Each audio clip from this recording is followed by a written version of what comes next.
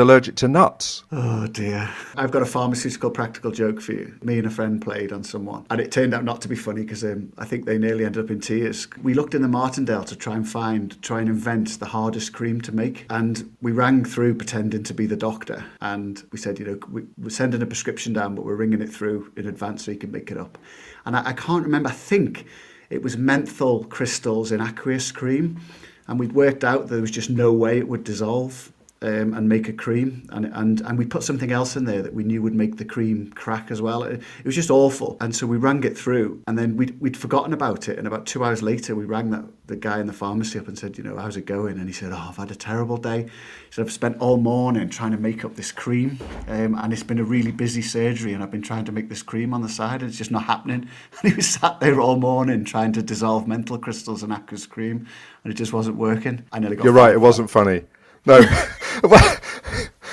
Hang on a minute. Menthol and aqueous cream, I think you triturate and it dissolves quite easily, because I prescribe that a lot, menthol and aqueous cream. It probably wasn't that then. I can't remember what it was. Okay, thanks all. A big thank you to Lisa for joining us on the Oral Apothecary and for sharing her stories, her desert island drug, her career anthem and her book. Thank you for having me. Coming up next time, we're joined by Stephen Webber. Stephen is a partner and head of the Individual Client Services Division at top 100 law firm Hugh James. He's a clinical negligence specialist and former chairman of the Society of Clinical Injury Lawyers. We look forward to catching up with Stephen next time on the Oral Apothecary. You can contact us via Twitter at Oral Apothecary, LinkedIn and email oralapothecarypod@gmail.com. Over to Gimmo for the final ingredient. Thanks, Lisa. That was great. And it was really nice to hear about the two different careers that you've got.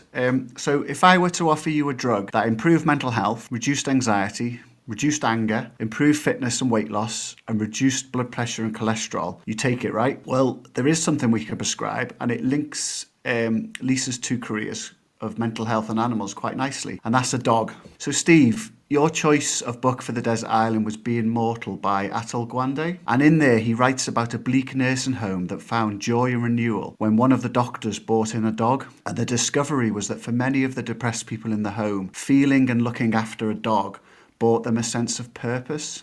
And it turns out that a sense of purpose, particularly the need to care for someone or something, is a cornerstone of well-being, and so is a key factor in tackling depression. So that's one benefit of having a dog, but it's not the only benefit. The following list is taken from a recent article in Psychology Today. So mindfulness. Dogs have been teaching us about mindfulness before it was fashionable. Anyone who's spent any amount of time stroking a pet doesn't need telling about mindfulness. Stress. Dogs reduce stress. So in a trial involving students sitting an exam, those exposed to a dog beforehand reported significantly less stress during the test. Dogs lead us to nature. The benefits of green space are well known. Dogs offer empathy. This has been shown in trial with war veterans, where dogs respond sympathetically to the symptoms of the owner's PTSD. And dogs bring comfort. You mentioned earlier, Lisa, about therapy dogs and how these are being used to comfort patients with mental health issues and victims of abuse.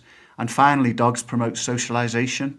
We know the dangers of loneliness. In a study of more than 800 people over 50, those who'd walked a dog at least 4 times a week were more likely to report a strong sense of community to those that didn't. So there you have it. Don't get a drug, get a dog. This was a 3 Apothecaries production.